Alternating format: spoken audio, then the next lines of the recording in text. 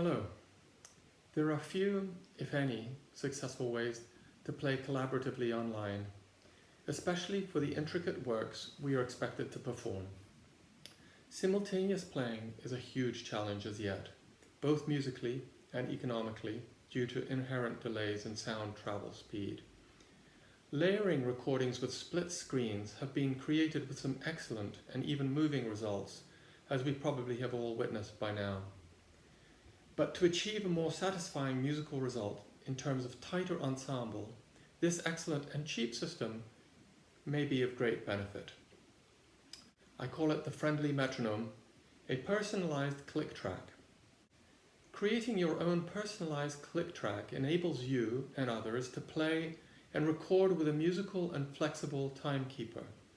The process involves developing an audible, individualized pulse and organic rhythm for your piece, based on your interpretation, after which you record and send it to your collaborators.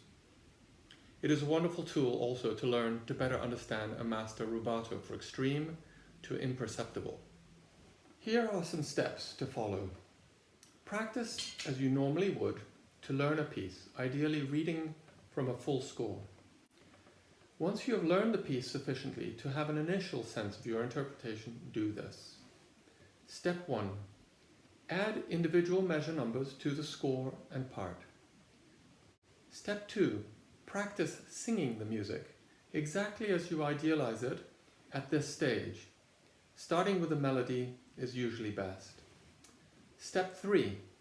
Decide on the most musically appropriate pulse or beat for your clicks. You can subdivide when arriving at breaths or in sections that you want to slow down. This helps being more precise, yet always musical. Step 4. Record yourself either clapping or finger snapping the beats, while enunciating each measure number. Any voice recorder app is sufficient.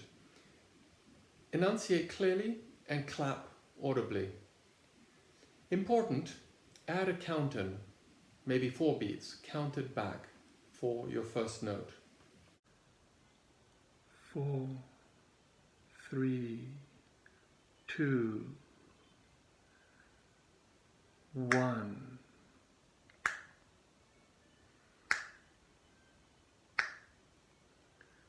Two,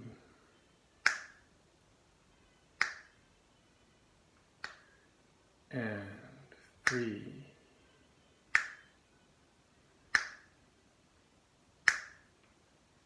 4,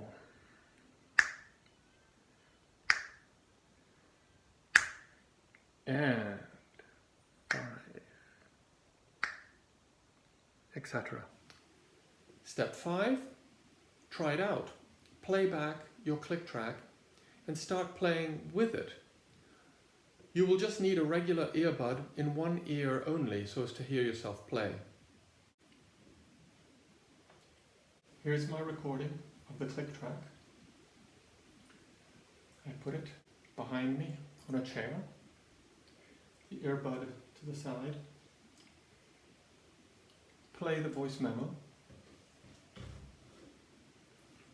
4, 3, 2.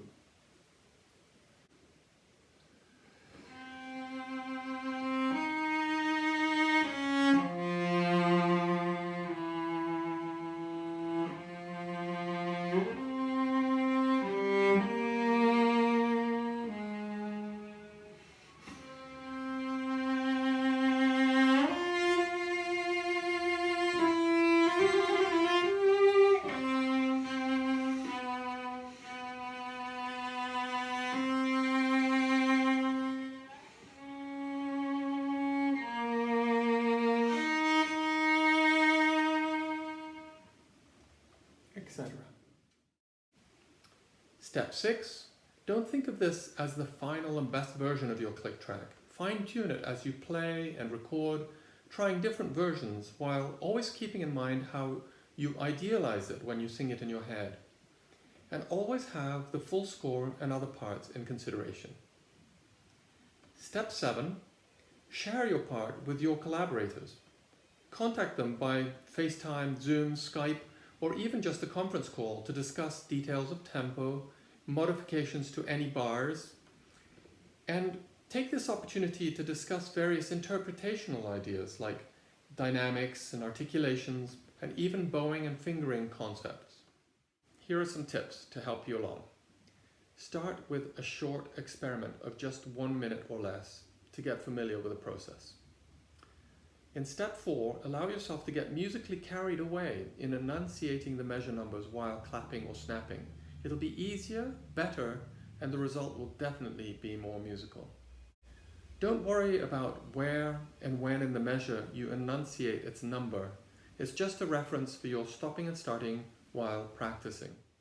To play your part, recording over your click track with either video or just audio is really beneficial to hold you true to your idealized tempo. And once you feel you're close to a great version, this file can then be sent to a collaborator to layer their part on top of yours. A video version has the advantage of your collaborator not just hearing but seeing you, your gestures and expressions, and a more natural synchronization as a result. The Beethoven Eyeglass Duo project was done in a week, as Ettore and I were scheduled to perform it in Argentina, when everything suddenly came to a standstill. While Ettore is experienced with film editing and could play around with the frames coming in and out of the picture, the recording is actually one take, no editing of the musical performance whatsoever.